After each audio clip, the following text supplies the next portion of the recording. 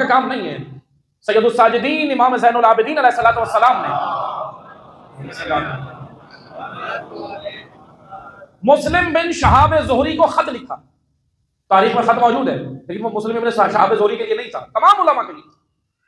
مسلم بن شہاب زہری کو امام نے خط لکھا اور کہا تم اپنا مقام بھول گئے ہو، تم ظالم اور جابر کے قدموں میں جا کے بیٹھتے ہو حکمرانوں کے. امام زین العابدین کا تم ان کے قدموں میں جا کے بیٹھتے ہو. پھر امام نے کہا کہ سنو، میں صرف خط کا نچوڑ پیش کروں، بڑا طویل خط ہے، بہت خوبصورت خط ہے امام زین العابدین کا. امام نے کہا اے زہری تم عالم ہو، وہ جاہل ہے. توجہ کیجئے، تم عالم ہو وہ جاہل ہے. پھر امام نے کہا اے زہری تمہارا مقام اللہ کی بارگاہ میں، تم عالم ہو. امام نے اس کو اب اس کا کھویا ہوا اسٹیٹس یاد دلایا. پھر کہا امام نے اے زہری سنو، بات آگے اس لیے میں کرتا ہوا جا رہا ہوں ورنہ موضوع نہیں تھا مجھے سنے گا. امام نے کہا اے زہری سنو تم عالم ہو، اور سنو اے زہری تمہارا یہ دربار میں آنا جانا، مجھے سنیے گا، ظالموں کے دربار میں آنا جانا، صرف آنا جانا، اگرچہ تم ان سے کچھ نہ لو، کوئی انعامات نہیں لو، ان کے نظریے پہ بھی نہیں جاؤ، لیکن یہ تمہارا دربار میں آنا جانا عوام کو جواز فراہم کر رہا ہے کہ وہ صحیح آدمی.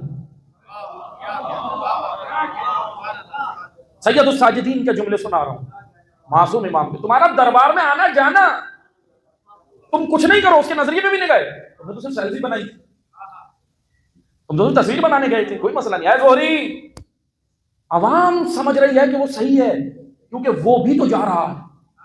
اتنا بڑا عالم ہے زہری، جب وہ جا رہا ہے ظالم کے بارگاہ میں، ظالم کے دربار میں، پھر تو وہ ظالم تھوڑی ہے، وہ تو صحیح ہے.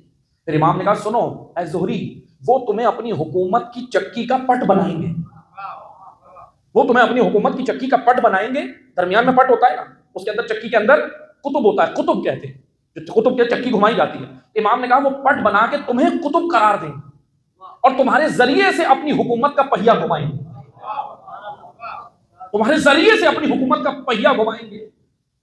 عوام ہے، عوام تو کہے گی کہ ہم اتنی بڑی سیلیبریٹی ہے یہ جا رہا، صحیح ہوگا، صحیح ہے بھائی، غلط آدمی نہیں، اگر غلط ہوتا تو یہ کیوں نظر آتا وہاں.